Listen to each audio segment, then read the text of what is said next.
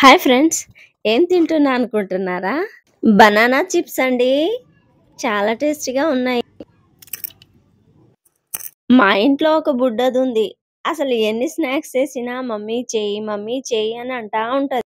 ఇలా మా ఇంట్లోనేనా ఇంకా నిజంగానే అందరి ఇంట్లోనే ప్రాబ్లమా? నాకు కామెంట్ సెక్షన్‌లో తెలియచేయండి. ఏం చేయాలా అని ఆలోచిస్తా ఉంటే కూరకి తెచ్చిన అరటిపండ్లు కనిపించాయి. ఇంకేముంది?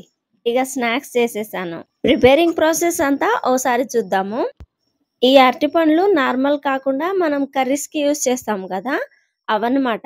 వాటితో అయితేనే మన చిప్స్ అనేది చాలా బాగా వస్తాయి. ఇది ఎలా ఒలుచుకోవాలంటే తలా తోక తీసేసి మధ్యలో అక్కడక్కడ ఘాట్లు పెట్టేయాలి. ఇలా ఘాట్లు పెట్టడం వల్ల మనం ఒలుచుకునే ప్రాసెస్ ఈజీ అవుతుంది. చుట్టూ అలా మొత్తం ఘాట్లు పెట్టేసాక చిన్నగా సందు చేసేసి ఇంకా చిన్నగా ఇలా ఒలుచుకుంటా మొత్తాన్ని ఇలా తీసేయాలి. చాలా ఈజీగా వచ్చేస్తుంది. చాలా బావుంటుంది. ఇలా ఒలుచుకుంటేనే అరటి తొక్క చాలా ఈజీగా వచ్చేస్తుంది. ఇంకా అరటిపండు చాలా బావుంటుంది. ఇంకా తీసేసిన ఎమ్మటే నీళ్ళలో ఏసేయాలి. లేకపోతే బ్లాక్ అయితా ఉంటది. మన ప్రాసెస్ స్టార్ట్ చేయడానికి టైం పడతా ఉంటది గదా! ఇలా పక్కన పెట్టకుండా ఇలా నీళ్ళల్లో ఏస్తే ఎలా ఉందో అలాగే ఉంటుంది. బావుంటుంది. ఇలా మొత్తం ఒలుచుకొని పక్కన పెట్టేశాక వేరొక చిన్న బౌల్ తీసుకొని దాంట్లో కొంచెం వాటర్ యాడ్ చేసేసి 1.5 స్పూన్ అంత వరకు కారం వేసేయండి. దీంట్లో హాఫ్ టీ స్పూన్ వరకు సాల్ట్ ఏసేసి లైట్‌గా పసుపు యాడ్ చేసి మొత్తాన్ని కలుపుకోండి. నీళ్ళల్లో యాడ్ చేస్తేనే ఇవి మంచిగా సాల్ట్ కరిగేసి బావుంటుంది. ఈ మిశ్రమాన్ని ఎలా యూజ్ చేయాలంటే చిప్స్ ఏసేసాక వీటిని కొద్ది కొద్దిగా ఏస్తే మంచిగా చిప్స్‌కి నూనెలోనే బాగా పట్టి బావుంటుంది. అసలైతే పసుపు అనేది మనం ఎలాంటి చిప్స్‌కైతే యూజ్ చేయము. కాకపోతే ఈ అరటిపండుకి యూజ్ చేస్తేనే బావుంది.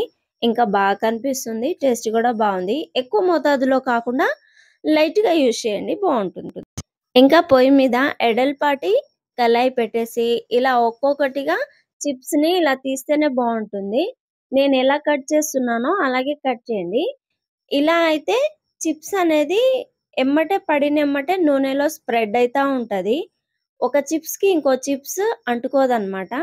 ఇలా బావుంటుంది. ఫాస్ట్‌గా చేసేయొచ్చు. ఒక 30% మన చిప్స్ అనేది ఉడికాయి అని అనిపిస్తది. అలాంటప్పుడు ఈ మిశ్రమాన్ని కొద్ది కొద్దిగా అక్కడక్కడ చల్లండి. ఇలా ఆయిల్‌లో మనం ఇలా ఏస్తే మంచిగా ముక్కకు పట్టి బావుంటుంది. అక్కడక్కడ ఏసేస్తే ఈ మిశ్రమం మంచిగా ముక్కలకి పట్టి టేస్ట్ అనేది భలే బావుంటుంది. ఇప్పుడు చేసిన ఈ మిశ్రమం ఇలా యూజ్ చేసే ప్రాసెస్ అయితే ఒక 2 ఆయిల్‌కి గాను అయితే బావుంటుంది. 1 కిలోలు, 2 కిలోలు అలా చేసే వాళ్ళైతే నీళ్ళల్లో ఒక సాల్ట్ మాత్రమే ఏసి ఇలా యాడ్ చేసుకోండి. కారం అనేది ఇంకా చివర్లో తీసేసాక యాడ్ చేయండి. ఎందుకనంటే మనం చాలా చిప్స్ చేసినప్పుడు ఫస్ట్‌లో ఏసిన కారం, ఉప్పు అవన్నేసి ఇంకా నూనెలో మరుగుతూ లాస్ట్ వాయి వరకు అవి బ్లాక్ అయితా ఉంటాయి. దానివల్ల చిప్స్ అనేది చేదవుతా ఉంటది. ఒక 2, 3 వాయి వరకైతే ఓకే. మంటని మీడియం ఫ్లేమ్‌లో ఉంచేసి ఇలా సక్కగా ఏంచుకోవాలి. మన వీడియోలో కనిపిస్తున్న కన్సిస్టెన్సీ అయితే ఓకే. చాలా బావుంటుంది. దీనికంటే ఎక్కువ గూడా మనం చిప్స్ ఏయించుకుంటే అవి చేదైపోతా ఉంటాయి. మరీ మాడేదాకా ఉండొద్దు. ఈ కన్సిస్టెన్సీ సరిపోతుంది. ఇంకా ఒక్కొక్కటిగా మళ్ళీ ఏసుకోవచ్చు. బావుంటుంది. కరకరలాడుతూ నిల్వ గూడా ఉంటుంది. చాలా బావుంటాయి. ఇలా ప్రిపేర్ చేసి చూడండి. మీకు చాలా బాగా నచ్చుతుంది. నార్మల్‌గా ఆలు చిప్స్ బావుంటాయి కదా! కాకపోతే మనం పిల్లలకి రోజు అవి చేసి పెట్టలేము. యాక్చువల్‌గా ఆలు తింటే కొద్దిగా వాతం అని అంటా ఉంటారు గదా!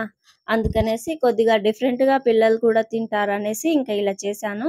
వీటిని ఇలా బాక్స్‌లో పెట్టి కూడా స్టోర్ చేసుకోవచ్చు. నిల్వ ఉంటుంది. చాలా బావుంటుంది. టేస్టీగా ఉంటుంది. ఈ చిప్స్ చేసేసాక మా చిట్టి వింధ్య ఫుల్ హ్యాపీ. సబ్స్క్రైబ్